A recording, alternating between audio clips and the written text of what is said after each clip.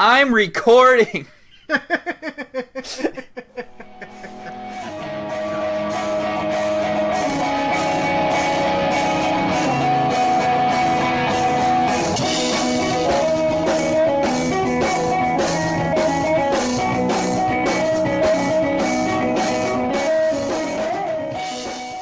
Hey everybody, I'm Michael. And I'm Micah. And this is the SoundGood podcast, and on today's episode, we're going to be doing a full album discussion / review of the new Foxing record that came out on the 10th of August under Triple Crown Records called Nearer My God. It's the third album by St. Louis indie emo band Foxing. Just under an hour long at, 10 tracks, I think? Probably. That's I don't know.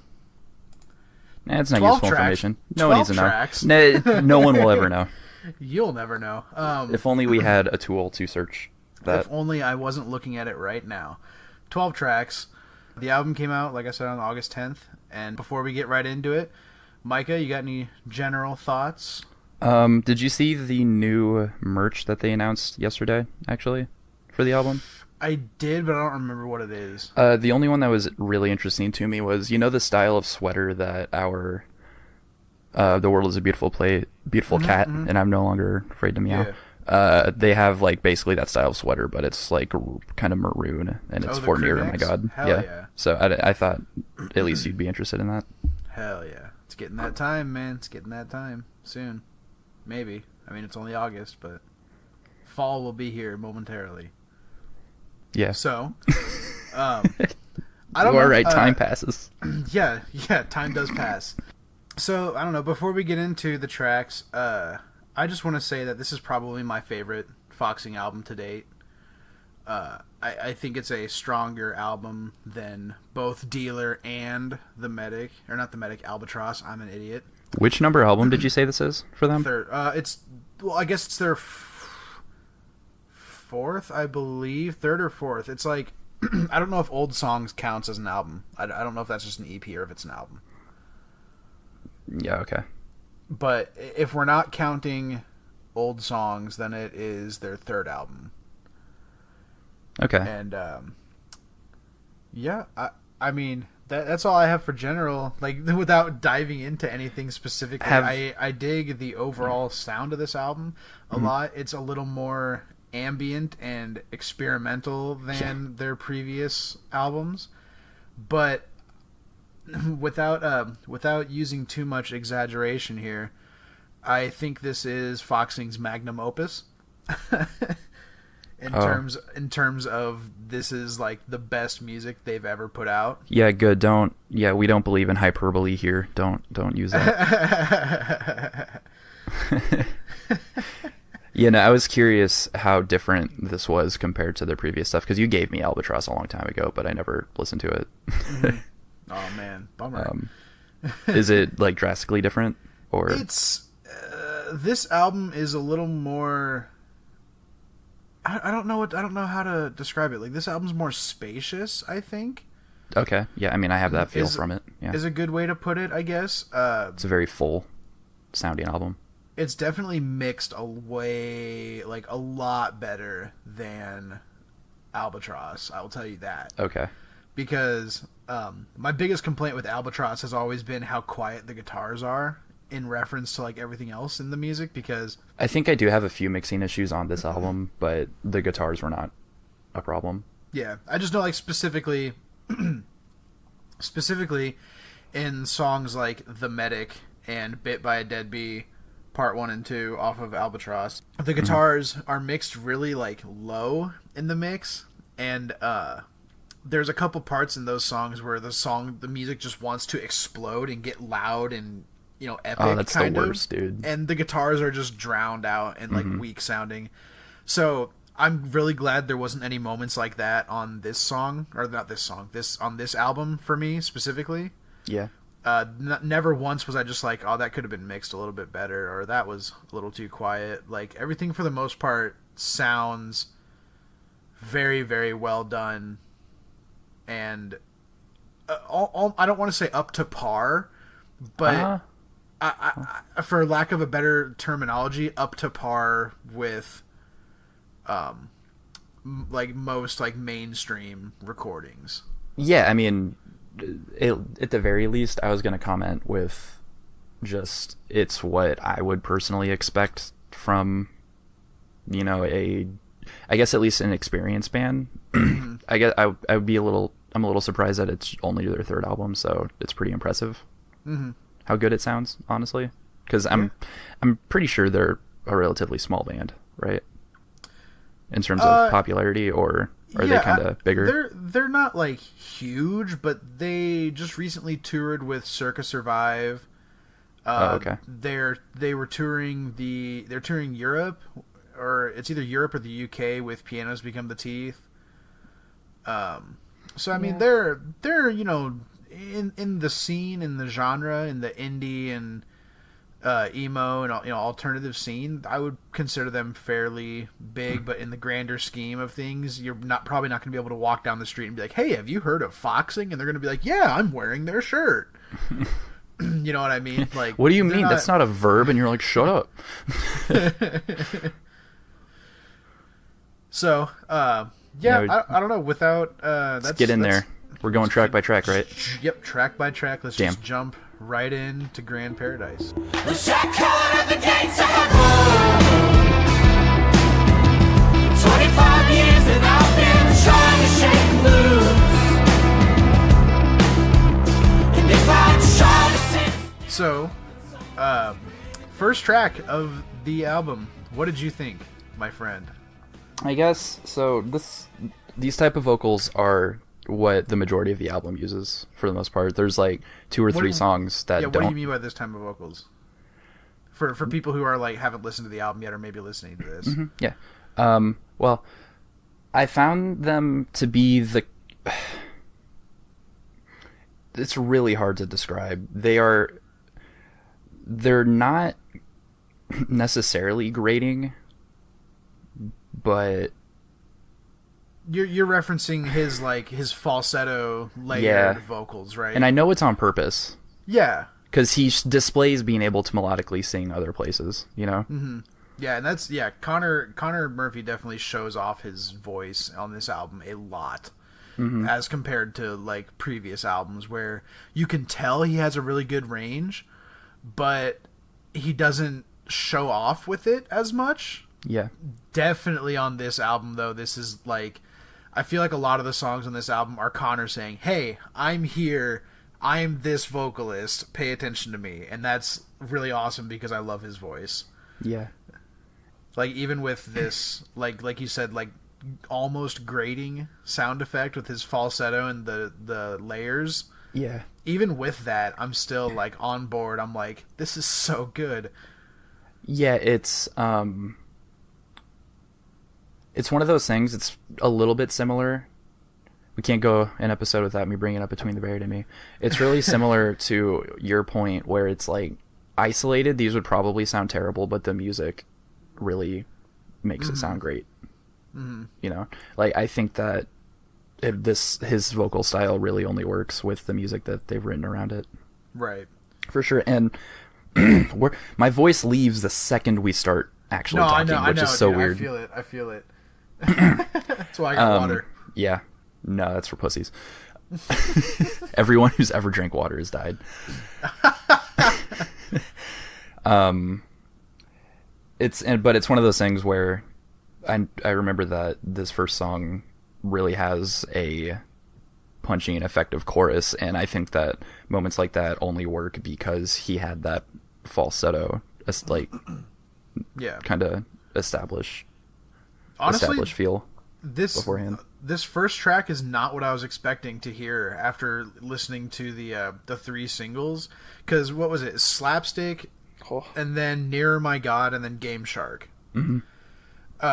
Were the 3 singles for this album. And I know they kind of...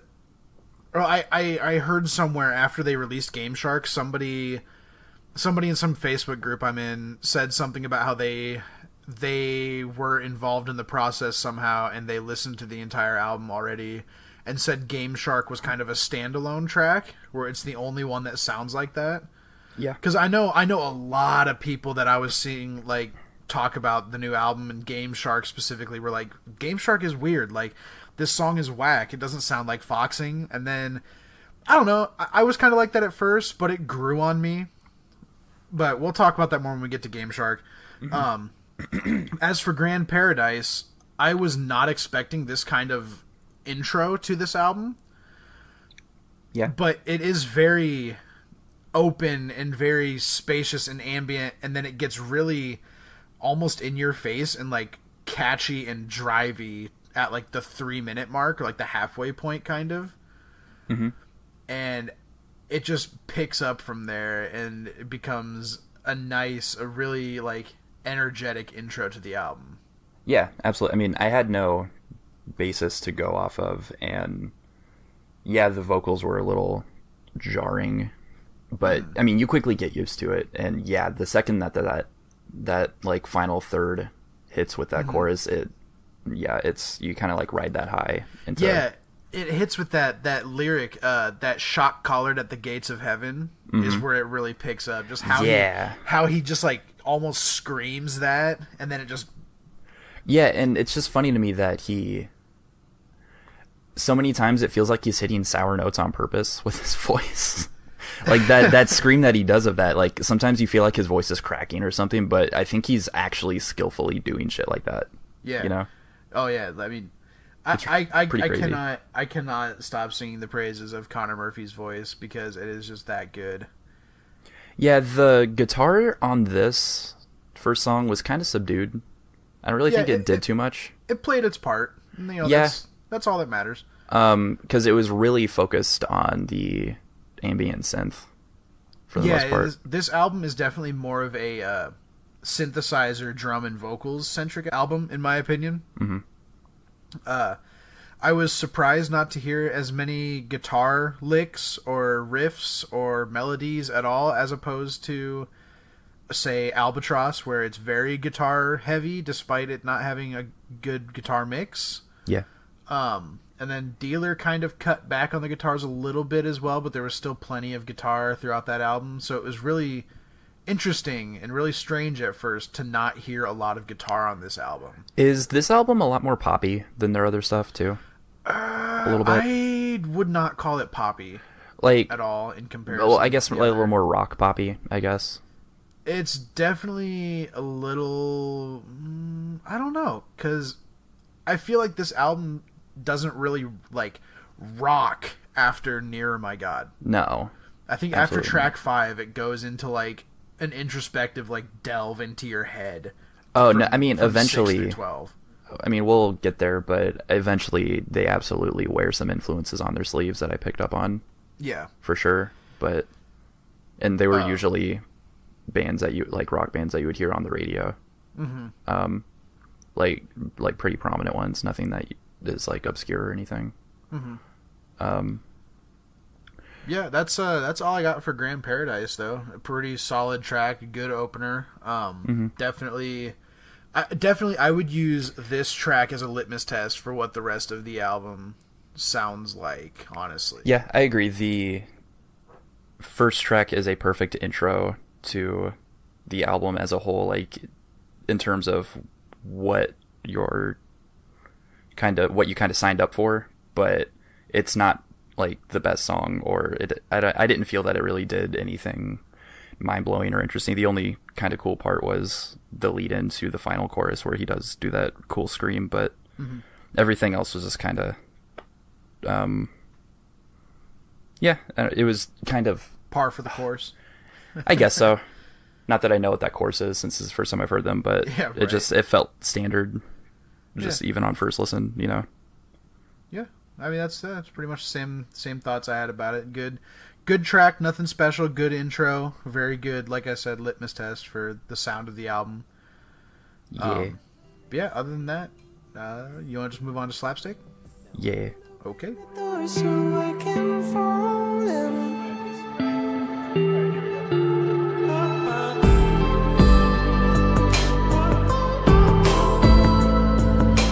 So Slapstick was the first single that came out for this album a few months ago. Song's weird. I really like this song a lot. I was because when you're like, yeah, fuck, like, because I know your music taste, and when you went, Foxing released a new single, and I was like, oh, you gave me an album from them, that's cool. And I listened to it, it was just like, what? What is this? Slapstick is a really, it's another one of those songs where when I first heard it, like, I'm not gonna lie, when I first heard every single for this song except for Nearer My God, I was like, what is this? I was like, what are they doing? Like, this doesn't sound like the Foxing I know. And then, well, they proved me wrong. Yeah, Slapstick is probably gonna be the most prolific single from this album, just because I think it has the most rock driven sound to it, aside from like maybe Lich Prince. Yeah, I think that's just a reference to like D&D, or well, wait, whatever Lich King, like a Lich is from. WoW, World of Warcraft. Fuck, you're right. Yeah, it's from WoW. I don't know, dude. I'm not a nerd. But I just mean I'm not a nerd. Yeah, for sure. Believe me. Yeah, no, it's this song also had a very strange music video with it that I was very put off by. I remember watching the music video and like it's like it starts off with Connor on one of those stationary bicycles, and it just slowly devolves into like him having this little creature with him that's like attached to him, and it's a very strange music video. I don't understand it. I never watched the video. I'm yeah, do that on your leisure time. You'll know what I'm talking about. Okay. As far as I remember, he didn't do his, like, he switched over to more he did his approachable vocals for this song, right? Mm-hmm. Yeah, he Connor does a more traditional Foxing vocal performance on this track. And I actually, the part around 2 minutes where it kind of breaks and he says there's no more sun and there's no more light shines through and all that, that part was a really heavy Foxing moment, I felt. Just because they've always been a really good ambient creation, like really good at creating ambience, because the band used to be like, this band was made out of a post-rock band that disbanded in 2011 called Hunter Gatherer. Okay. So they've always been really good at making like the ambience and stuff, and they like, I think that's why this band does so well at getting quiet and then exploding, because they've had the experience. Yeah, and I don't know if I would list it as like a downside or something, but just paying attention to the tracks like one by one, this song has basically kind of the same formula structure, I guess, as the first song, where it's like it carries on as it is for the first 2/3, and then it has like that moment where they either get quiet or they just do something before exploding for the chorus in the last third. Yeah. I think that's the only time where it's like back to back like that, though. Everything else gets pretty experimental. Yeah, for the most part. I just think this song has one of my favorite moments in music on it. Just like ever? Just because of that explosion. I don't know if you've heard of that 5-finger death punch. Oh, you mean the one that we tried to live stream? No, that was a different timeline. We don't talk about it. We abandoned that. Yeah, okay. For now. Oh, yeah. So, yeah, I think this was one of the first... Obviously, it's the first track that it came up because it's like the second track. Yeah, I started to really notice how good they are at using either subtle or just layered synth effects. Because towards the end of the song, there's some really, really subtle wind instruments that you can hear if you pay attention. Yeah. It's just a really good timbre that makes the song sound, I don't know, it just fits the sound of the song really, really well. I don't know. Yeah, so I don't know, that's all I really got to talk about Slapstick. It's another great overall track. The moment that I think hits me the most is at about 3 minutes when it just explodes after that quiet part. Mm-hmm. Or it's like 2.5 minutes, 2.5, 3 minutes, something like that. That I definitely think is a high point of the song. The song overall just kind of just rocks. It's just one of those ones you bob your head to. Yeah. I do think it is. It's probably not the heaviest song on the album. No. I think that goes to the next song, but I think that it was smart to release this as a single. Yeah, definitely. But I mean, I still, as a new fan, had that first instinct of this still sounds weird, you know. So it still does. It's really it's a great single in that it is pretty accessible, but it also encapsulates their sound. Yeah.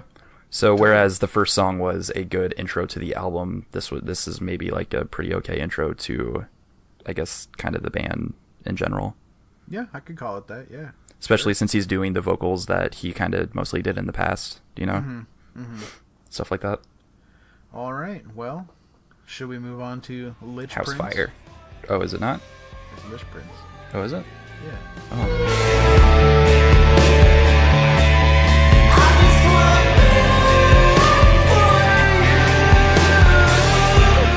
Yeah, so Lich Prince. This is probably my favorite song on the album, if I'm being 100% honest. There was a guitar solo in the song, right? If I remember correctly. Good question. There's I not can't very remember. many solos on the album. Like, I'm at all. actually so focused on Connor's voice throughout this entire album that like I don't even realize half the stuff that's happening with guitar. I have always had our Dance Gavin Dance episode in the back of my head where I'm like, nah, dude, you got to give love to the other instruments, dude. Like, yeah, people get it. Yeah. The vocals are great. Yeah, no, But- I do think this song does, though, show love to the other instruments really well. Because it just opens up with a Connor singing over a bass line. Yeah. And it's really cool because not a lot of bands or songs or music in general focuses on the bass. And while it is just like a simple chord progression, like root holding thing he's doing, it still is nice to hear it isolated with the vocals and like, Yeah. you know, have a spotlight put on it like that. So Lich Prince, like you said, it's mainly like the main instruments, quote unquote, would be his voice and the bass. Just for that intro. Like Yeah, yeah. after that it goes into pretty much like guitar centric and vocals, but I love how when he's doing his weird falsetto singing style, I love how much he loves to kind of moan and like do little squeaks and stuff as like little flavor between statements. It's pretty funny. It works really well, but I feel like this song is probably the most what's the word I'm looking for? I don't want to say visceral, but I think visceral is the word I need. I mean, It's yeah, the you know, you're most, still not like- crossing the line of hyperbole that I set. No, you're fine. We also don't believe in sarcasm here. Yeah. Very serious show. Very serious. 100% serious. No, this song I think is the most like emotionally charged song on this album. Just Absolutely. because of like with the chorus, I just want real love for you, and then like the way he sings it and almost sounds like he's whining Yeah, like that's through yeah. it. Mhm. Like it really like makes you think that this song wasn't just manufactured and actually has some thought put into it, which I'm not saying that boxing doesn't do that, because they do that a lot and it makes me cry, and I hate you guys for making me cry. But Write a song about it. yeah, you know what? They already did. It's called The Medic. No, it's just this. It's a very like. It's not heartwarming and it's not like touching, but it's a very, you can tell that there's some emotional distress went into this song almost. Mm-hmm. And it's just I don't know any other way to put it. It's a banger. This song is a banger. Because it gets really heavy around like the 3-minute mark too. And yeah, there is a guitar solo in it. I just remembered, yes, because that's when it comes in. Yeah, I remembered that that really stood out because one, it's one of the few times on the album in general that there is even a guitar solo. I'm pretty sure it is like the only like specifically like designated as a guitar solo. And so it's like super effective in that sense, but it's also just because it's really good too. Up until that point, it's a pretty tame song. Yeah, it's a really good guitar solo. So it's another instance of, oh hey, we're in the last third, explosion. Yeah. Which, but at least it's different here where it's not like just the chorus, but with more layers and louder. It's like actually a different thing. Right. The outro too, where Connor goes into this like you said with the weird moans and stuff like that. He loves it. He just starts like just screaming these random notes and these random melodies and stuff for like the last minute of the song, and it's really cool. Like, it's a really interesting way to outro. Yeah. Like, because in Grand Paradise, it kind of just faded. In Slapstick, it kind of just fades out with a repetition of the chorus. Yeah. But Lich Prince just abandons, like, all of that after, like, the 3.5 minute mark, and they just make noise to end it. Yeah, and that probably just serves more to the lyrical themes of, like, whoever. Yeah. Like, whatever the focus of the song is, I guess. Yeah, it's weird. Despite it being my favorite song, there's not a lot I can say about it. Yeah, I mean, it's one of those things where it's really like well done on it, as with the rest of the album. The guitars they got some cool. I like the guitar riffs and melodies that go along in this, especially the ones that happen during the verses. When there is guitar during the verse, 'cause I think after the intro with just the bass, and I think the first verse only has bass and vocals and drums, but then like every point after then has guitar in it too, and I think the guitars do a very good job of sticking out. The drums are also very almost up front in this song as well, trying to take like a front seat in this song, and I think that's just because of how stripped down it feels as a whole. Yeah. Yeah, it's one of those things where it's if you're trying to kind of analytically look at a piece of music, if it's good, it's kind of tough to find things. Yeah, it really is. Like, there has to be some issues to have interesting it's just good. points to make. It's yeah, just good. Good. It's just good. I can't say anything about it. It's just good. Go play it at your wedding, I guess. Maybe not your wedding, but Yeah, no, play it during the ceremony. Yeah, okay, fair enough. Just every time the priest tries to talk louder, just turn it up. Actually, would be a good wedding song, actually. I just want real love for you. Yeah, maybe. No, just get a looped sample of the weird squeaks he does at the end. Oh my god. And just play that. Perfect. Okay, well, without anything else to say, should we just Moving go on to Action Replay. Game Shark. Get it? Game Shark it is. I'm old.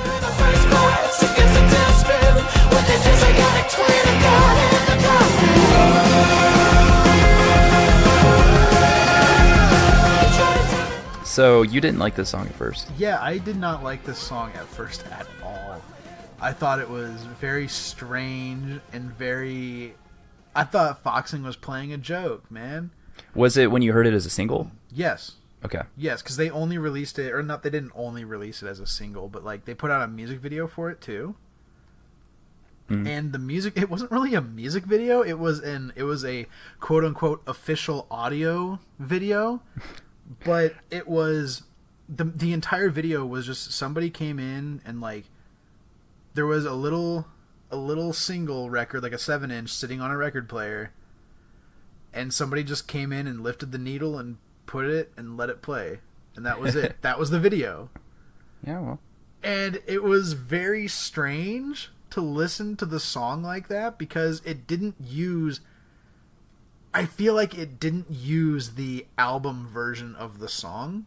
Like, it used the album version of the song, but I don't think the audio you were hearing came from an MP3. I think it sounded almost like they actually recorded the vinyl audio for the video. That's the thing. Whatever, Metal Blade Records, yeah, they do live streams of like new vinyl a lot of the time. It was just weird. It was really like, I don't know. I don't know what to call it because the video itself wasn't off-putting, but the song was like, what is happening? But I mean, it's cool though. Like in context with the rest of the album, it's really good. Mm-hmm. And now that absolutely. Now that I've listened to it more too, it's grown on me a lot. Because I listened to the whole album straight through without paying attention to track names, and then I remembered you saying that Game Shark wasn't necessarily something that like was immediately your favorite, and listening again, and I got to that song, I was like, wait, shit, he means this song? This song's pretty alright. Like, because the interesting part of this song is the rhythmic drive to it, I guess. Mm-hmm. Like, that's kind of what sets it apart a little bit. It's a very intense song. Yeah. Like, this is another one of those songs where he sings in that falsetto, like in Grand Paradise. Yeah. And I don't think he ever drops out of it. No. And it's also a song that sounds like it's more led by synth noises and drums. Mm-hmm. This is another song where I think the drums really shine and like bring the track together because the drums just nonstop go ham. Yeah. Because the reason that it feels weird is that it's kind of a different genre, sort of, from the rest of the songs. And I think that that's like the genre that it is kind of more defined by like the weird rhythm focus that they have on. Well, it's got that a lot of the verses. That thing they do with the chorus with like the group O's, like the like that's really out of place in a foxing song. Like you've never heard that before in a foxing song. And then they drop this, like, it makes me think of, like, do you remember that episode? Now, this is going to be a niche comment here, but I'm almost sure you remember this. You remember that episode of that show, The Grim Adventures of Billy and Mandy, with the giant brain that comes down? Never heard of it. No, yeah, that's, like, one of the best. Yeah, the dude that wrote, like, he wrote several songs for that show, and, yeah, he was always great. But yeah, like, that song specifically, like that brains, that song specifically... Mm-hmm. This song, like Game Shark, reminds me of that track so hard.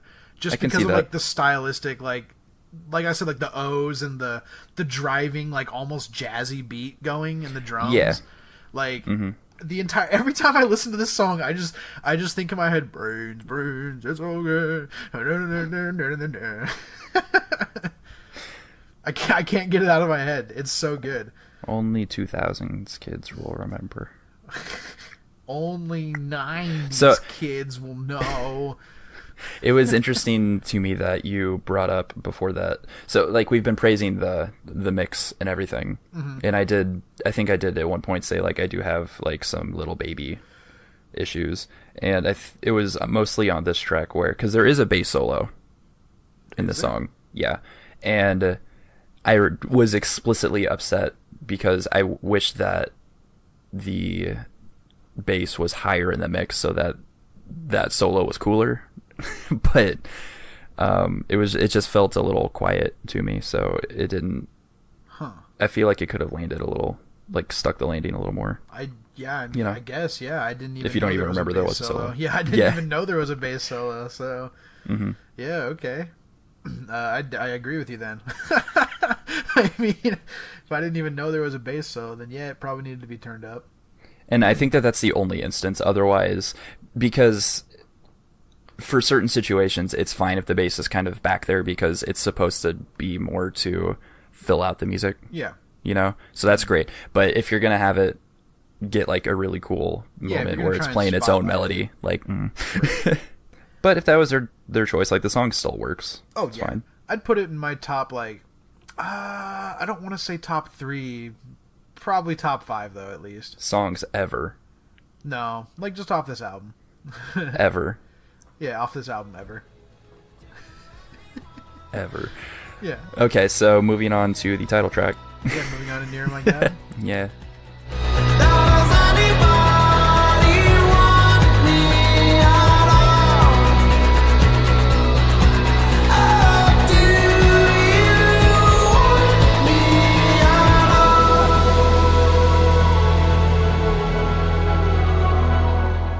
This song, they actually did a really cool like marketing thing with this song. What do you mean? This is the second single. Yeah. The second single that came out, and they actually released it in 5 different languages officially. Oh, I remember that actually. Yeah, they have an weird. English version, German, Spanish, Japanese, and French. Huh. And I can't remember why. I think they explained it like when they posted it on their band page on Facebook. Mm-hmm. But I think that's a really cool thing to do because, and it's the music video. Like, let me reiterate this: they didn't just re-record Connor's vocals and then upload the tracks as singles like that. They reshot the music video 5 times. Did Connor sing in the different languages? Yes. What the fuck, dude? Yes. So that's what I'm saying. Like the marketing they did for this title track and this album was amazing because I'm not going to say the song sounds better in other languages, but it's new. Like, although you've heard the song already in English, you can listen to it in Japanese or you can listen to it in German, and you're like, wow, this almost sounds like a different song, but it's still very clearly Foxing and very clearly Connor. I would imagine it would sound pretty, like, not drastically different, but it would still be kind of essentially a different song. Yeah. It's just the most impressive thing for me was just that they reshot the music video 5 times. Like, because there is an official audio music video for each language that it's in. Yeah, it's really cool. Like, if you haven't seen any of those, I recommend like at least listening to them. You don't have to watch the videos because it's gonna be the same video. Good. I hate photons. Yeah, whatever. Fucking. I love that. I love the laugh you give when it's not funny, and you're just like, yeah. Okay, moving on. This was probably my least favorite song. Really? The album. Yeah. What? Oh man, that's a bummer. This is probably my second favorite track. I just it like was boring. a thing. See, that's a thing. I was going to comment on that too because that's a thing that I saw a lot of people who said they liked the album but they didn't like the title track. They said a lot of like things I was seeing was people were saying that it builds up and then goes nowhere. Yeah, basically. Which, I mean, I don't even think it builds up. I think it's just stagnant the whole time. Like from the get-go, it doesn't really go anywhere. See, I disagree. Well, like, the thing that frustrates me is I don't want to say what song it is, but they basically do the same exact formula later, but better. That's Really? what's frustrating about it. Yeah. Which one? I'm not gonna... Don't spoilers, dude. Ooh, it's a tease. It's a tease. No, if someone wants to know. Yeah, sure. Yeah, I don't know. Defend it. I just Go. Gun to your head. Song? Defended the song? Yeah. All right. I think the song starts off at a very mellow point, and it starts off very emotionally open, very hard on your sleeve with the "Does anybody want me at all?" thing. Yeah. The song sounds that he repeats the whole time? Yes, the song sounds very melancholic, but it also sounds like he repeats it a lot because he's trying to drive that into your head that like nobody wants him. Is the kind of like sound that I think he's trying to get with it. Which, and like the lyrics just go with it, go with the theme all. Like I think this song is to represent the mentality of somebody who just wants to be loved. Like it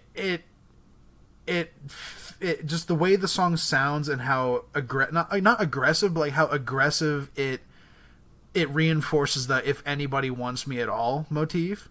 I think really is really well done, and it shines through a lot on this track, especially because it starts kind of not weak, but it starts like kind of quiet. And then it starts to like build up to this like decent level that it sits at for a while. And then like the entire last like verse where he's just like yelling, I think is the build up that people were looking for. Is like the build up to that climax. Like it's not like most traditional music that has like you can look at it like on a graph and be like, oh well, this diagonal line is the build up and then here's the peak and then it goes down. I think it's more of like it's a more gradual peak in my opinion. It's more like a hill and less like a mountain. Like sure, yeah. I mean, as opposed to those first two songs where I was kind of complaining about that. So it's really ironic that I'm upset about this, but yeah, that's what you can't be pleased, can you, man? Well, no, I just think that the way that they did it here overall, especially because they repeated the same melodies over and over, just adding like subtly like more layers to it, it just got a little monotonous. I don't guess. know. I think it works really well just because of the lyrical themes and everything with like the lyric towards the I beginning. don't know. Maybe they could have come up with a little more to say though. I mean, if you About like it, read the if it lyrics, meant though, so he's much. saying a lot. Though, if you read the lyrics, though, he's saying a lot. Like I'd sell my soul to be America's pool boy. Sure. Like, you know, like it's basically like I feel like this song is just about somebody who is trying their damnedest to be noticed by somebody or to be loved by somebody or just to be wanted by somebody, and they're not getting it no matter how hard they try, like just to get that affection that they crave. I just feel like the song does and conveys a like very well that idea. And then it has like that nice quiet like outro that feels like giving up. It's I don't know. It's not for everybody. I understand the grievances people have with it, like the whole building up into nothing thing. Mm-hmm. But I mean, yeah, I guess if you want to look into it, that's kind of the point. But. Yeah, exactly. But I mean, like I don't know.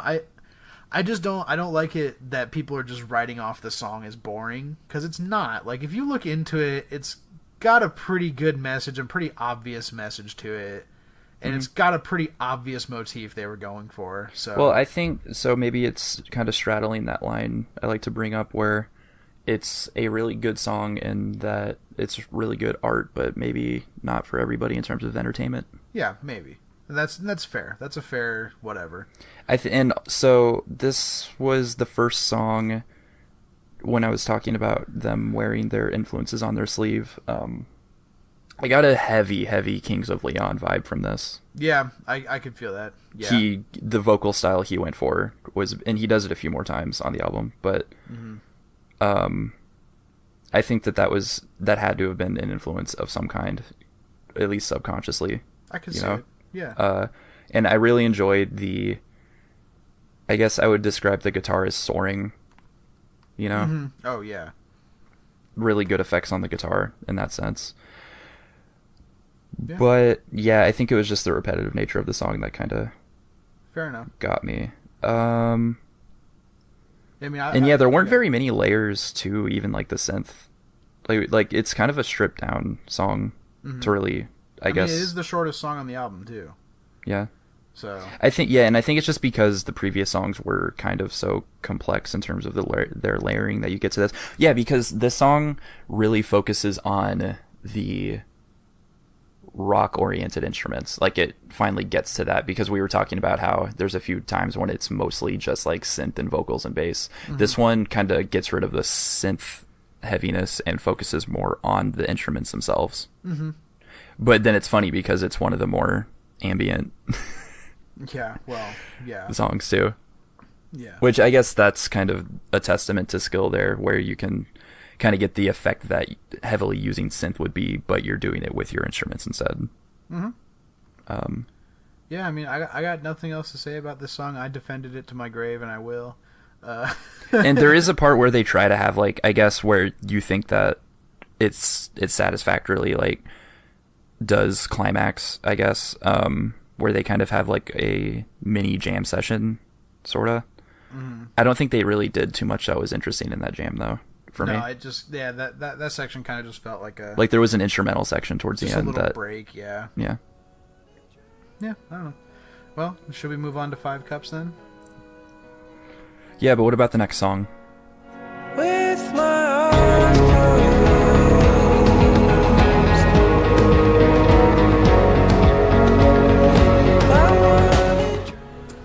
So 5 Cups is like This was probably my favorite song on the album.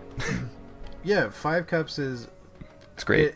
I did not expect it because I held off on listening to this album until I got my vinyl, and I listened to it. I listened to this album entirely. My first like couple listen through were just straight from the vinyl. Yeah. So I didn't realize this song was 9 minutes long. Neither did I. What is it? 9 minutes? It's 9 minutes and 8 seconds. What? And like the first 4 to 4.5 minutes is like the actual song, and then the last half of the song is like ambient motif stuff. Yeah, this song was experimental as all hell. I think I this think. song really showcases the post-rockiness that the band can pull off. Everyone take a shot every time we say this song. This song, this song, this song, this song. All right, we killed our viewer base. Our viewer, fantastic. No, because this was the. Wait, what do you mean? You're not This taking was shots the one too? that. Shit, I'm way This was ahead, the- dog. Yeah, so this is the one that had the intro of the like orchestral music that went to like a weird hip hop. No, No, was it not? that was Heartbeats. You're right. Oh, That's shit. the next one. Oh, I got ahead of myself. This is the one that starts with like the very like quiet I was wrong. guitar. Yeah. Okay. And kind of has Connor's layered vocals over it. Like I don't think he's doing. This is a song. Remember how we were talking about how he does the falsetto and he doesn't really switch out of it mid song. Mm-hmm. This song he does. Yeah. He starts off in the falsetto, and then when he comes in with the chorus or the hook is what I'm going to call it because I don't really know if it's a chorus or not. I don't know if you can consider it a chorus. Is this a prog band? Yeah, right. But the hook, "I Want to Drive with My Eyes Closed," is where he No, like is it, no, it's switches. I thought it was I want to drown. It's Drive. I'm almost Is it Drive? positive. I am actually looking it up right now. Give me a fucking second. This will ruin an idea I had later on. That's great. No, it's I Want to Drive. Is it? Wow. Yeah, I know. No, I know that. The way he's enunciating doesn't really. I get that know. across. Yeah. No, the first few times I heard this song, I thought it was "I Want to Drown." But then I was like, why would "I Want to Drown with My Eyes Closed" make sense? Like that doesn't make any fucking sense. Well, it doesn't help that I've heard the line, "Drive with my eyes closed" in a Joji song before. So I immediately had that in my head, like, because he's got a song. Joji has a song where he says, towards the end of it, I can't remember what song it is, but he says, speed up with your eyes closed, and like the whole song is about just like driving off a cliff. Hell yeah. So instantly once I hear, what are like, you doing I wanna later? drive, yeah, driving off a cliff. Hey, girl. But yeah, no, like when he first comes in with the hook though is when he switches back to his regular voice.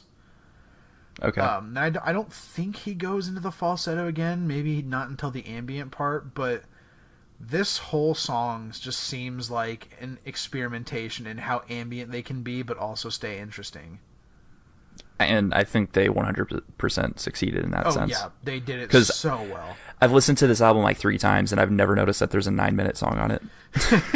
Yeah, you just you get lost, you get caught up in it because the first like 4 minutes of it don't feel like 4 minutes. Like Yeah. the first half of the song goes by so fast that by the time you get to like the last half, you'll look at the song and be like, "Oh shit, I'm 7 minutes in. I thought this was just the outro. Whoops." Yeah, I was confused because I did remember that there is a really good string instrument part throughout this song. Yeah. For the most part. And I don't know, it feels the way, obviously the lyrics are super sad. Mm-hmm. They're a bummer. It sounds like it has something to do with It ruined my day. But it sounds like it has something to do with like, they're strangely, sadly optimistic, I guess. Like the way that he's singing it. Like I can still feel a hint of optimism in there. Sometimes. You know? a little bit. Yeah, I can feel it. It's not all the way gone. And he does a really cool sustained scream right before like the kind of main climax of the song.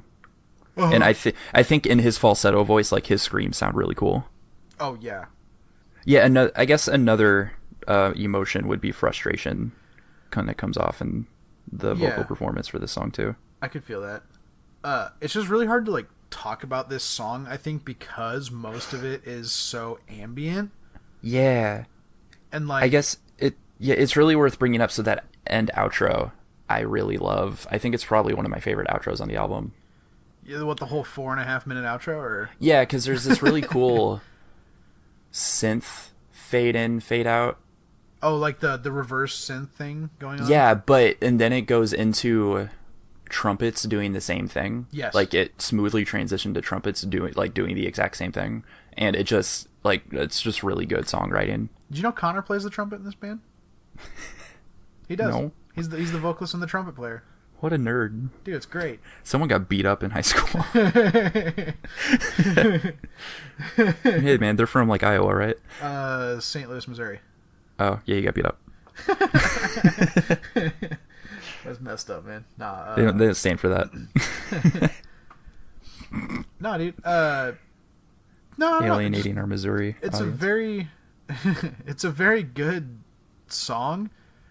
I don't know what to comment on about it.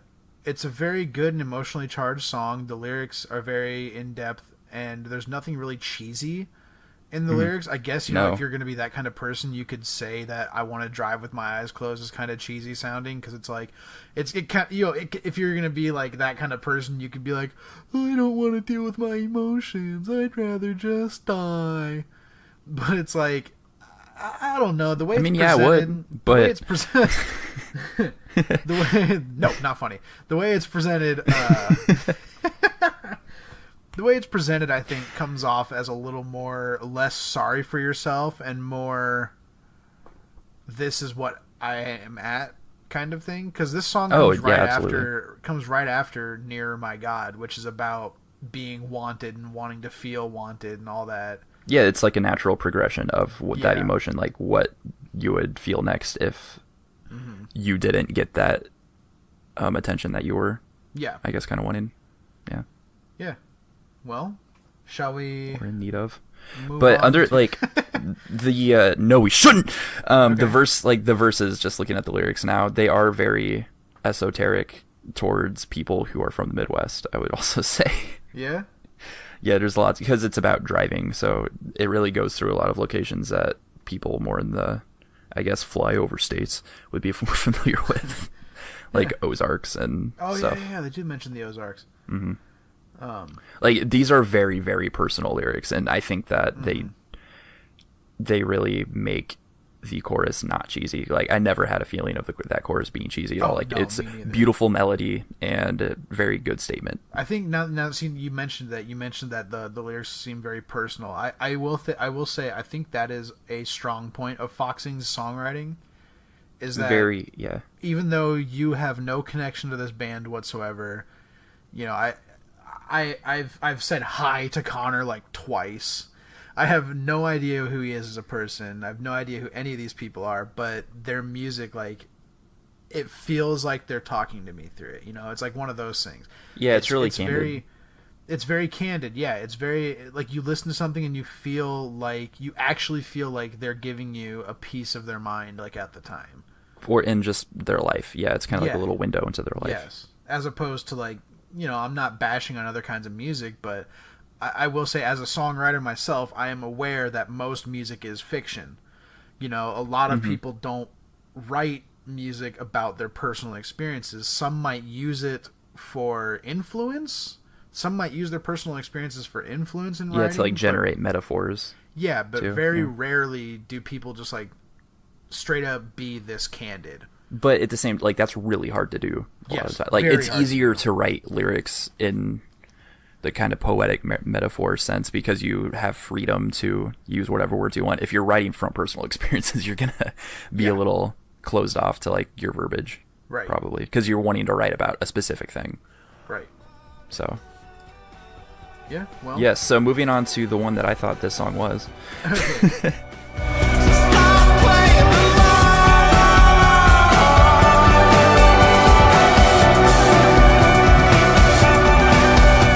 So moving on to Heartbeats. Bum bum. What? Yeah. So what did you think of this track? Actually, bum bum. It's a heartbeat.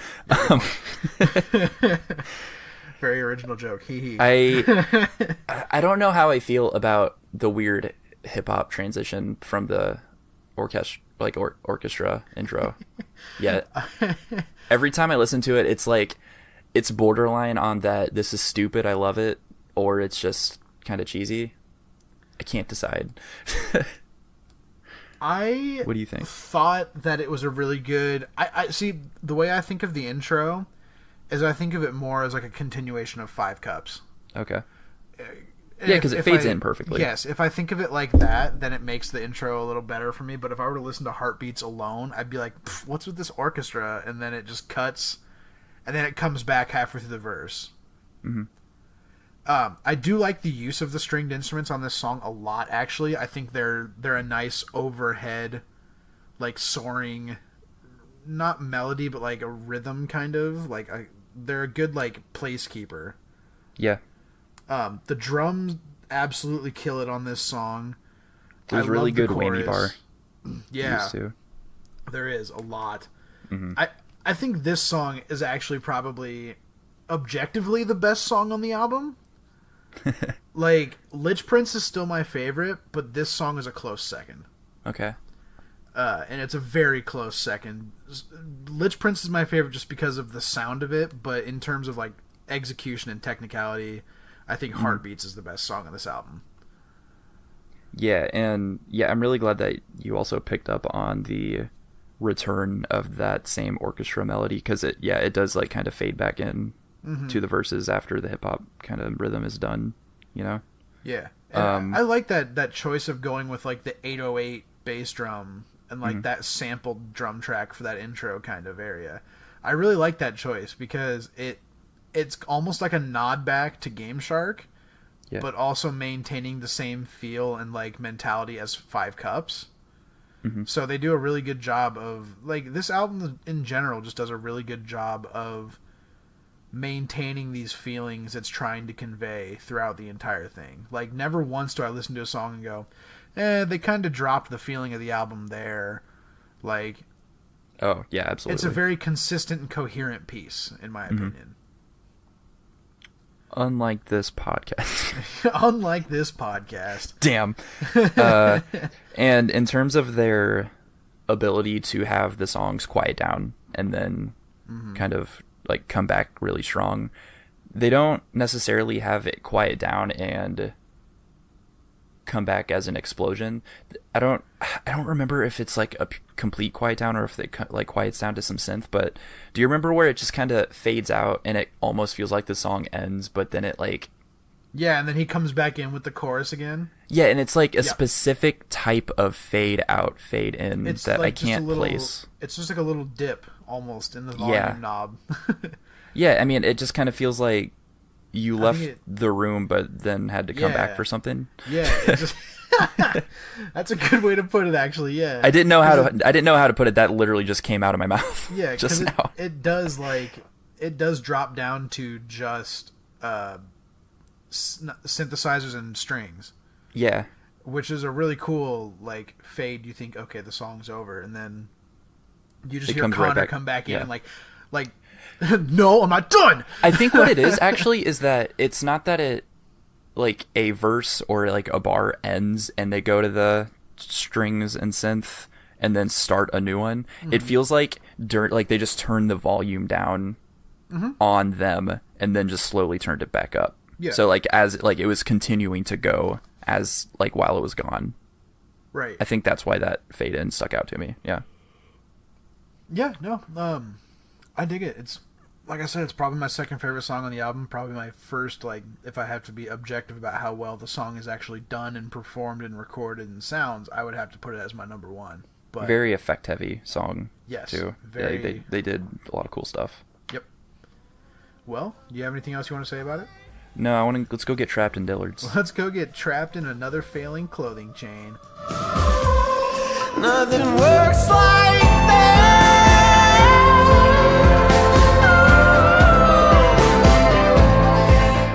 Damn. Hey, they're still around. Not for long. More successful than you. Yeah, whatever. That's a lot of people. That's not a fair comparison. It's a pretty low bar, dude. Anyway. This song, though, I don't remember this song a lot. I do like this was the one that kind of had like a theremin synth. Yeah, the weird synth in it. Yeah, that's like the biggest thing I remember. I can't remember a lot of like the vocal melodies or anything. It was also the one where he harmonized and followed the boopy synth in his like vocal melody. Like they were both doing the same thing. Yeah, okay, I know. I remember the song then. I remember the song. Yeah. And so this was the instance where I finally like kind of clicked, because I was kind of worried that he was just a bad singer for a while. But the fact that he was following the synth and trying to harmonize with it with his weird falsetto voice, like, made me realize, oh, he's being strategic about this. Right. You know? Like, it's all intentional. Yeah. And it made me appreciate everything else prior a lot more. No, I don't know. Like, this song is just really weird to me because there's one line which says, "I've been trapped here in the mall for too long between an exit and a pregnant ex-love." And, What? I don't know, dude. Like, there's not a lot of lyrics in this song. No, outside of the really interesting synth that they used and the way that he follows them with his vocals, like, I don't think that there was much else that stands out about this song. Yeah. It's a very... I don't know how to classify this song because I don't want to just write it off.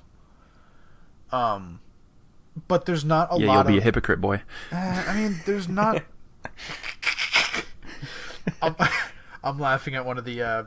Because he told me you were looking up lyrics and, like, in the sidebars, like the insights and shit. Mm-hmm. The one for this song is, he is trapped in the mall, or perhaps Dillard's, an American department store chain. Yeah. Perhaps. I don't know. Perhaps. I don't know, man. Could be.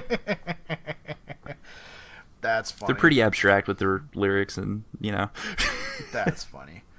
But honestly, though, if you read the lyrics, it doesn't seem... If you read the lyrics, though, it doesn't seem like the song's actually being trapped in a Dillard's. Oh, no, like, I don't think any of the song titles really... I mean, really, you think Lich Prince was about World of Warcraft? Well, maybe. You think Game Shark was about a Game Shark?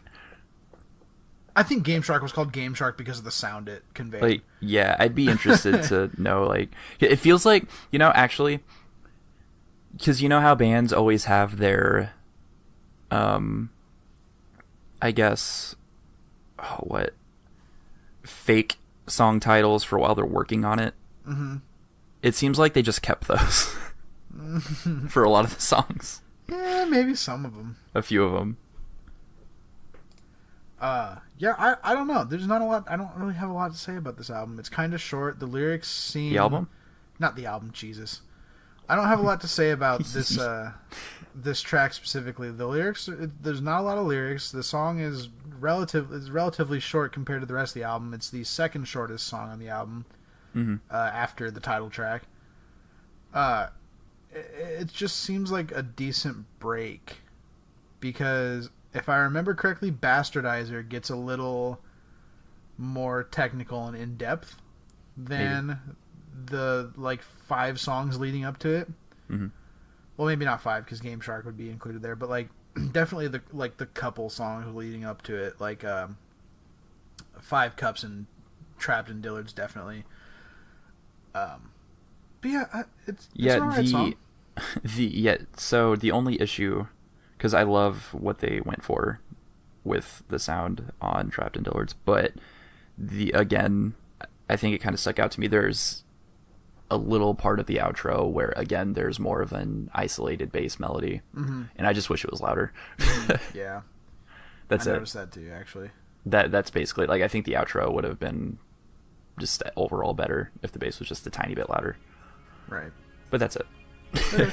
So, you want to move on to Bastardizer then? Yeah.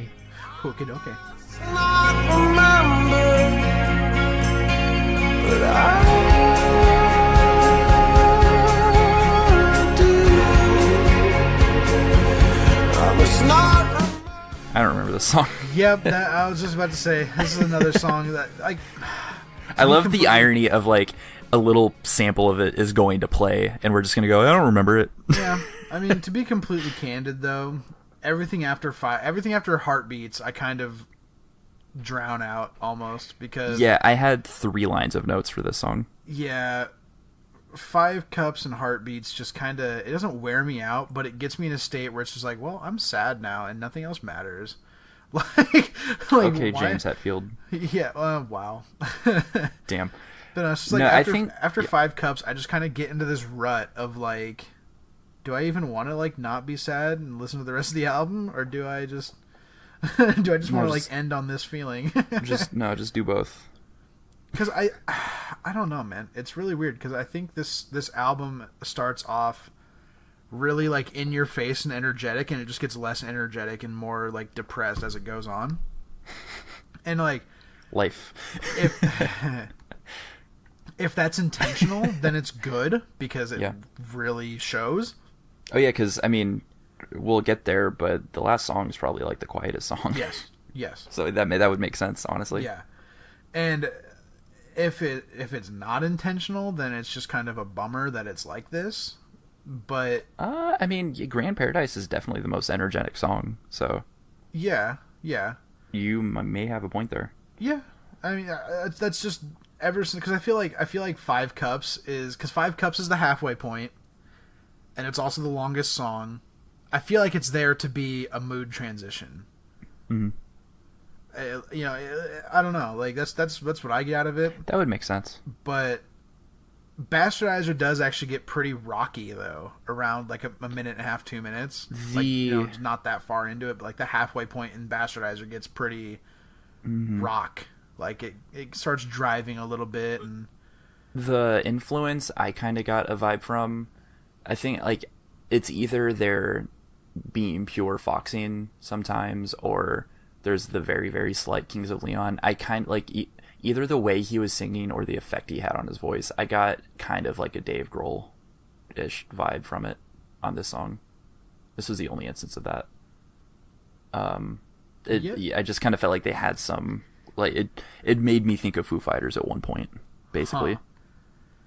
But I wouldn't get that from his voice, but I could see listening to the instruments. The instruments would actually absolutely give that a feel to me, I think.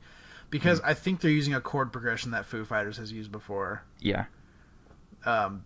Yeah, because now that you mentioned that, like, instantly a Foo Fighters song popped into my head, and I can't remember which one it is, but yeah, no, for sure. I have one of those brains where if it's vaguely familiar, I'm going to remember it no matter how stupid and, like, esoteric it is. But then there's a really cool saxophone part mixed in there. I was actually just about to say the biggest thing I remembered from this song was the part towards the end where it changes, or there's 2 vocal lines now, where he says that "does not remember" part, and then there's like him going like nah, nah, nah, nah, like all behind it, like saying actual words and not just doing what I was doing. Yeah, the way he's screaming, I must not remember. Like that sounds a lot like Dave Grohl's yelling to me. Maybe. I could now I see remember that. this song. Yeah, this was a much more rocky song. Also, sure. That's not a saxophone; those are bagpipes. Oh. At the end. Wow, I just wrote the wrong thing. I know I picked up as bagpipes. I just literally wrote the wrong word. Nice. So, with my edited note, it's "fuck off the bagpipes." That's great. Yeah, no, that's another song. I think it rocks, and that's it. It's a Not definite. much, yeah. It's a honestly, definite this pickup. might kind of, in terms of the progression of being less energetic, this might be a little more out of place.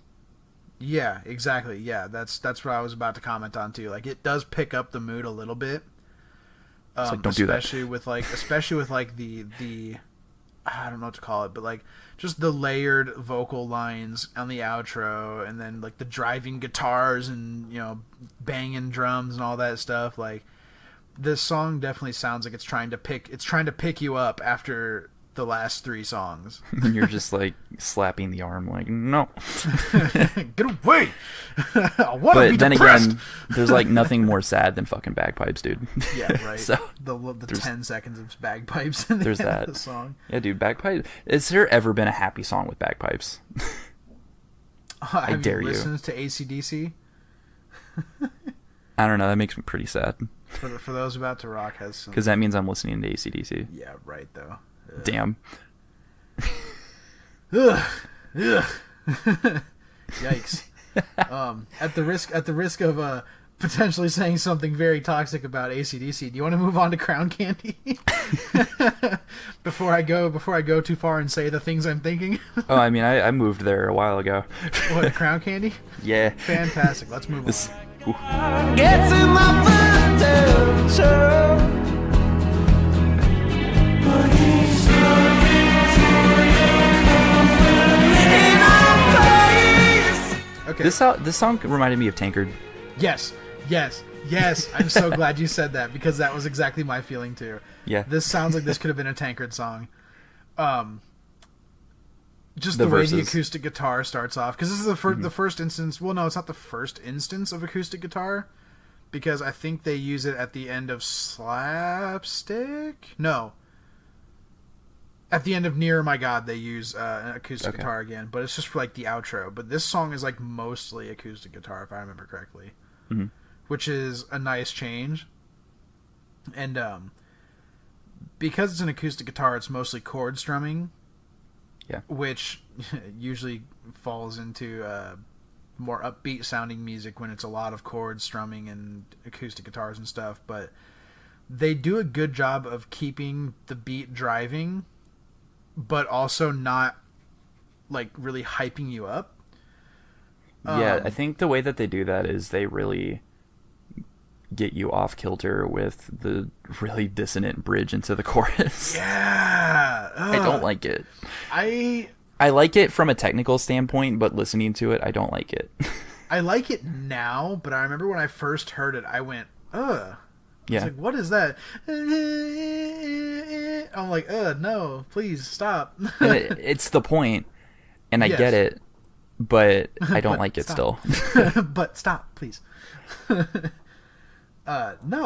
I think it's a pretty good song though too. The verses, it sounds like oh boy, do you remember?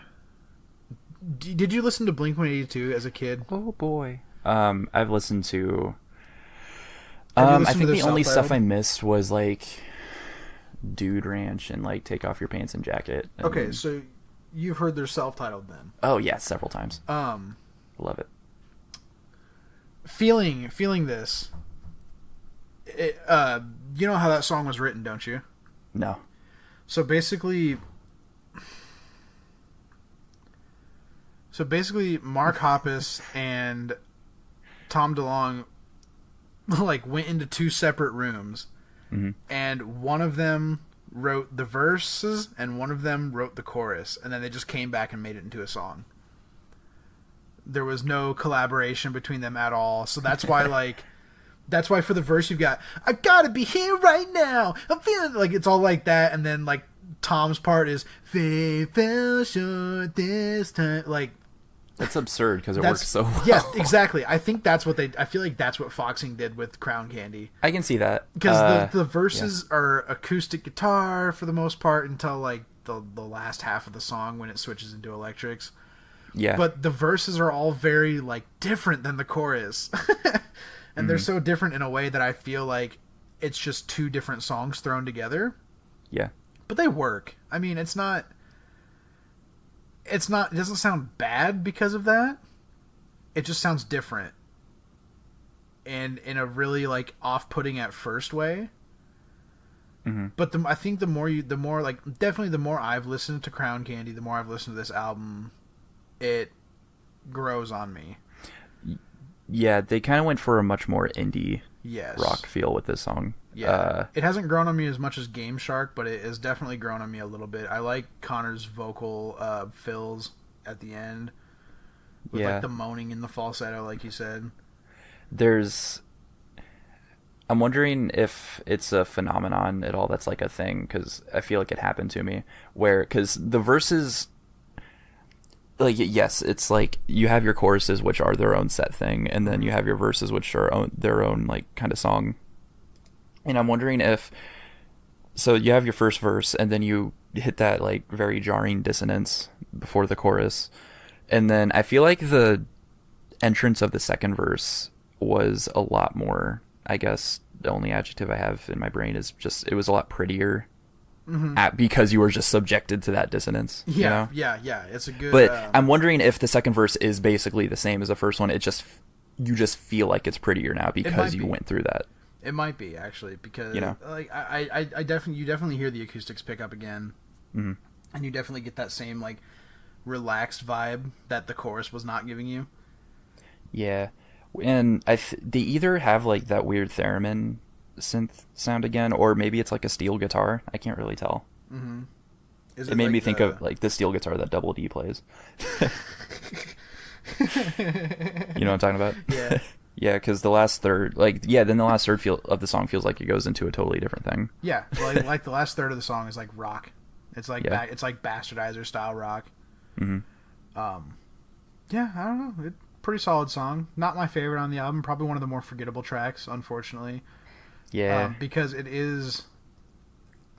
I'm not going to say the most experimental one because I think either Game Shark or Five Cups gets that award.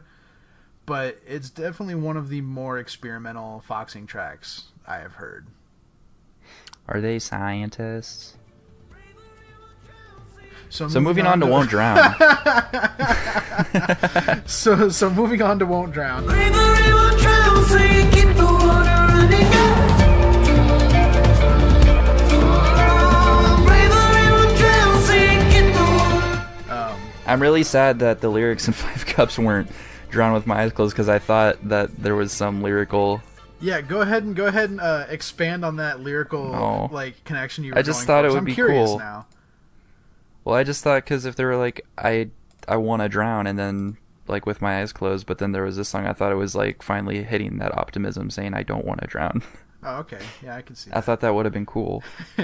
Yeah, that is a little bummer now. I guess now that there's not that connection. But Yeah. maybe it was one of those things because like I know when we talked about Artificial Selection by Dance Gavin Dance, when we talked about Tillion's lyrics in Evaporate, when he says I'm cellophane, he says it in a way that makes it sound like he's saying I'm so afraid. Oh, I never heard that. But oh no. I think the first couple times I listened to it before I looked up lyrics, I thought I could hear him say, "I'm so afraid." When he when he does that really high one where it's like, "I'm so afraid," like that high one towards the end. I think it's just because they say "you see right through me" that my brain auto completed the cellophane. Yeah, I just think that transparent. it might be one of those scenarios where I feel like Connor could have potentially been trying to give that. Like you want it, because he is saying I want to drive, but he doesn't finish the word drive. He just says I wanna drive. He kind of like tapers off on that word in particular. Tapers off very hard on it. So just like fuck you. I don't know. Maybe it is a reference to what you're thinking. I don't know. The headcanon is there though. This was a very boppy song, though. Yeah, this song is a bop, dude. This song slaps. You people have been throwing out banger, bop, and slaps like just haphazardly, but I think that this song actually qualifies those a little bit. Yeah. It's a boppy slapper banger. This song slaps hard, dude. I like it, dude. It's great. I like the chorus to the bravery won't drown, so you keep the water running. I mean, that's mostly what the song is. Yeah. It's the chorus. It's great. But he does say it a lot. There's actually 2 different choruses too. Mm-hmm. So that's a cool thing. Like they use both of them is what I think is really good, because it's good that they use both of them instead of just writing one and then just fucking off with it. you know, with they just instead of writing 2 and then only using one mostly, you know what I mean? Yeah, that's really interesting. There's only 2 verses in this song, and everything else is just alternating 2 different choruses. That's cool. It's really weird. You don't see that often. No, but it's cool though. Like they do it really well. And, are they scientists? Stop that. And I think the drums on this track, I mentioned them earlier in the album that the drums really stick out, but they stick out a lot on this because don't they go pretty crazy? Yeah, they're more Phil, Tom, and like cymbal heavy than previously. I know in Heartbeats they were very Tom based during like the chorus and stuff, but what about Jerry? All right, so. But I think I just love killing you inside, bit by bit. Pretty good job. Joke's on you. You can't kill what's already dead.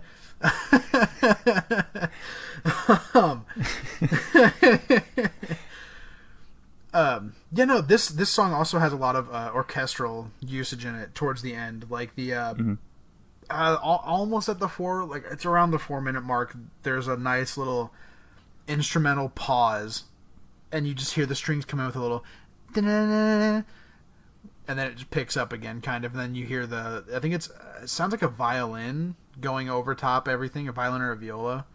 Yeah, might be a viola. It doesn't sound. Might be a violin. I don't know. One of those stringed orchestral superior than you instruments that nerds play. Yeah, one of those nerd instruments, man. People with strong chins play.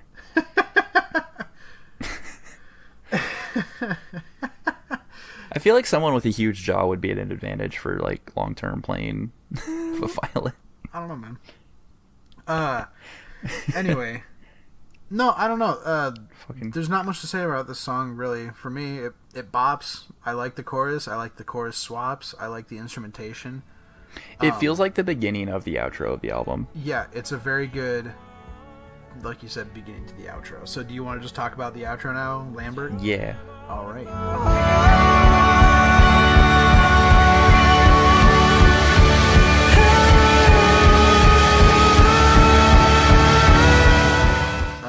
So, competing with 5 Cups for the most depressing and slowest and saddest song. Well, maybe not saddest, but definitely My makes life. You feel. Oh, you were talking about Lambert. Lambert, no. Lambert, now actually refreshing myself with it real quick. Mm-hmm. I do like how he sings kind of lower than anywhere else on the album. He's very this song feels very downtrodden and restful almost. Like this sounds like just to use the album title in this here. It sounds like the whole album is about getting nearer to your God. And then it sounds like Lambert is like meeting them finally. No, maybe. Because I'm looking at the final verse before the last chorus, and it's I spent so long at the gate, heaven won't take me in. Yeah, well, maybe. And I threw up so many times on the way, heaven won't take me in. Yeah, I mean, I could see it. It's pretty depressing. I don't think he ever got there. Yeah, I mean, maybe. Yeah, I don't know. I know you. Did you wanted to say something, like talk about the song a little bit, didn't you? Because did you have something for this? No. No? No. Oh, I thought. No, we were talking about how, in particular, a lot. I mean, I think it just happens because it's the last track on the album, but we just kind of overlook it constantly because you have to like stop listening to do stuff. By the time you get to like the second to last song, and you forget to listen to the last song. Yeah. No. No, I mean, I don't know. It's a good track. It kind of drags for the first half of it. But then it comes in with like a roaring crash, like drum thing, and it actually does kind of pick up. Yeah. It doesn't end on as depressing sounding of a note as I thought I remembered it, but it does actually kind of pick up after the drums come in, and the drums go. And this is another song where the drums go absolutely ham for no reason. Yo, do you need a reason? No. I mean, sometimes. In other music, yes, you would need a reason. But in this music, no, because it goes along with it. You know what I mean? Like, if they had put this drum track throughout the whole first half of the song, I don't think the song would have been good at all.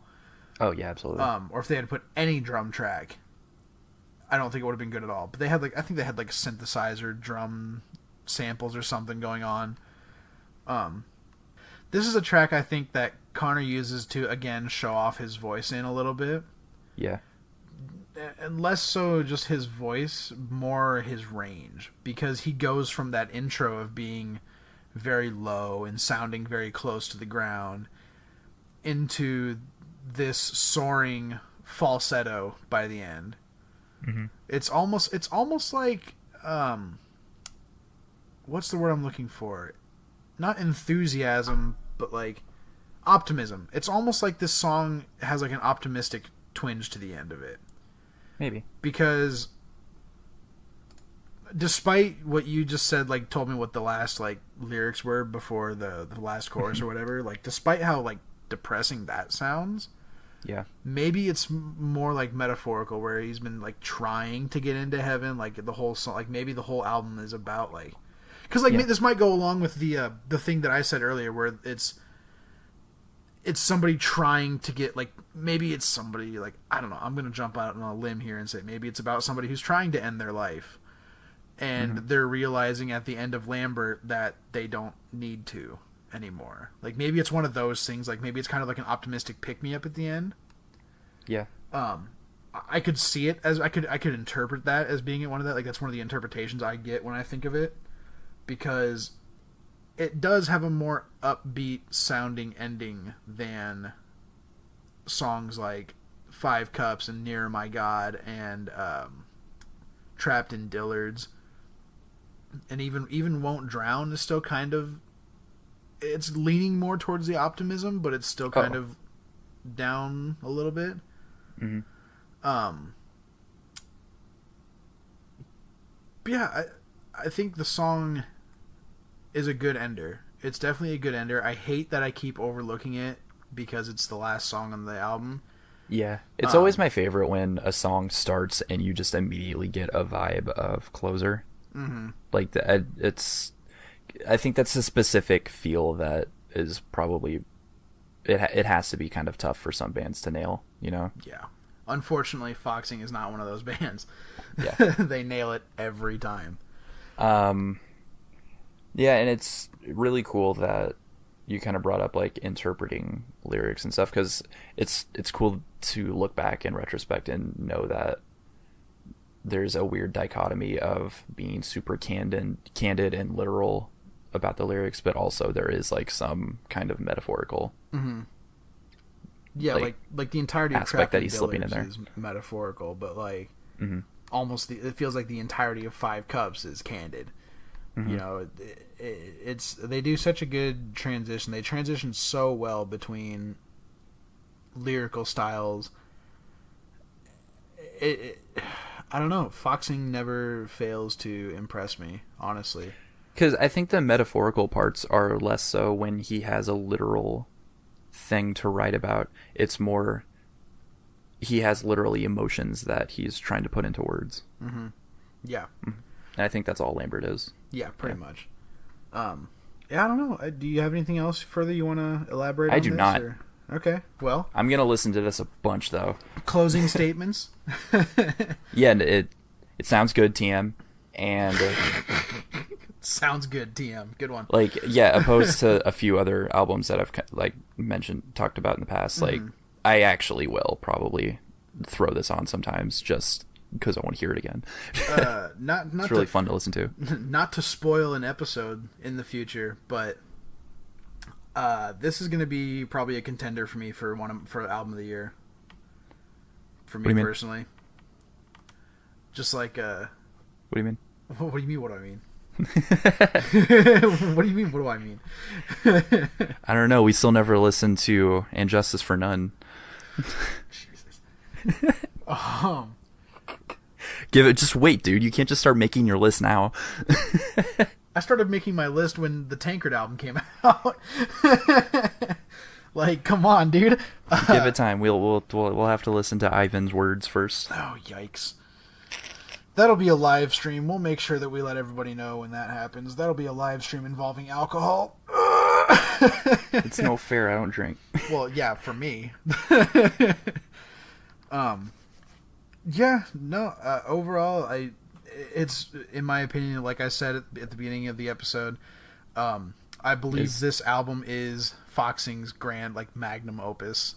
Is it their Octavarium? Yes.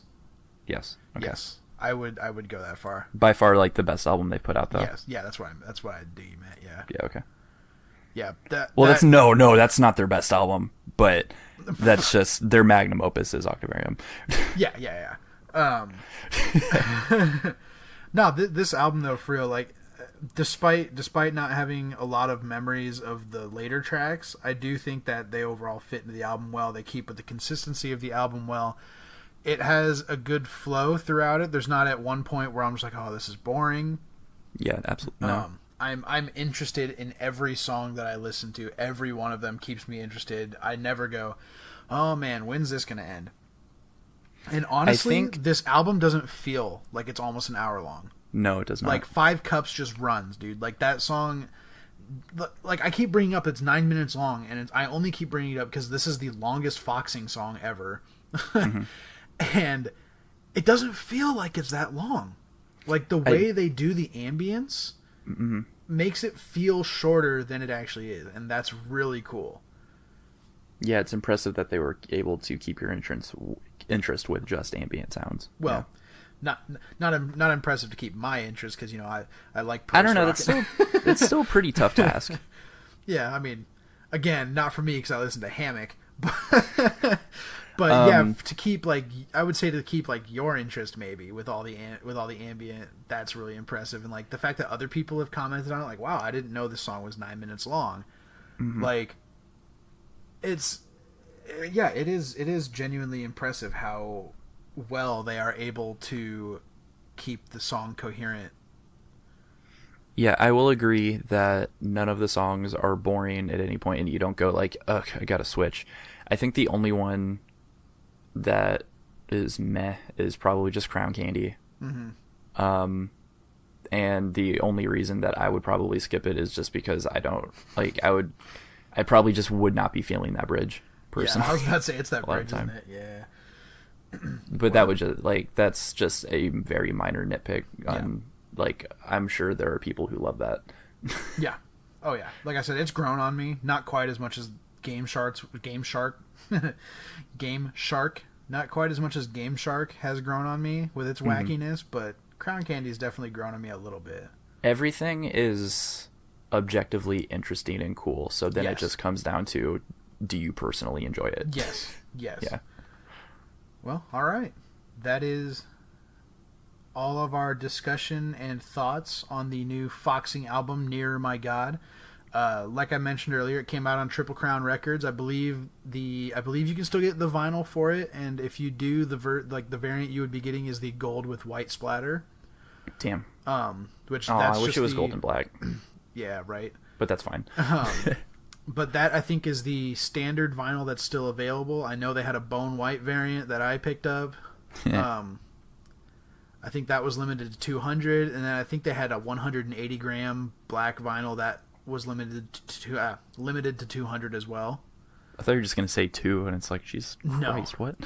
No, but they did. No, thank you for reminding me, though, because you remember how I mentioned that the Game Shark music video had like a little 7-inch playing on a record player?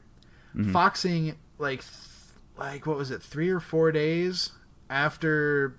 it was like a week after the pre-orders for the album went live, they tweeted out, they were like, hey, just a heads up, anybody, if you pre-ordered any variant of the album on the day that pre-orders went live, you have a small chance to get something special with it. And everyone was like, what do you mean? What special? What? And they were... Is it a sex? No, they put a picture. They put a picture up, and it didn't really show you what it was, but it looked like a record sleeve with /20 written on it. So I think I'm not sure yet. I don't know if anybody has said what the bonus was, like what that was.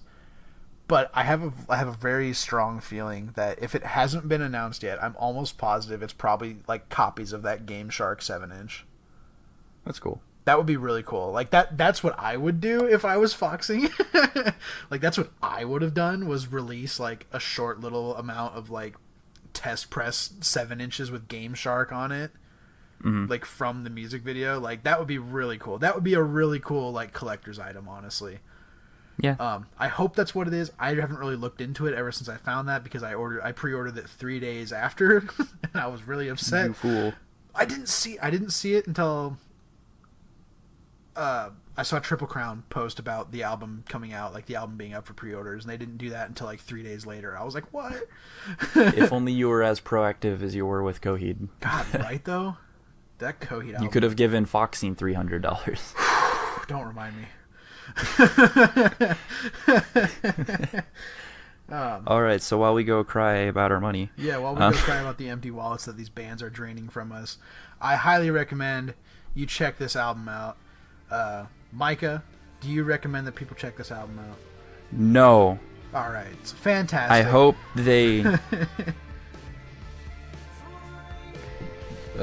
yeah, they should. I don't have a joke. All right. Okay. All right, bye. Bye.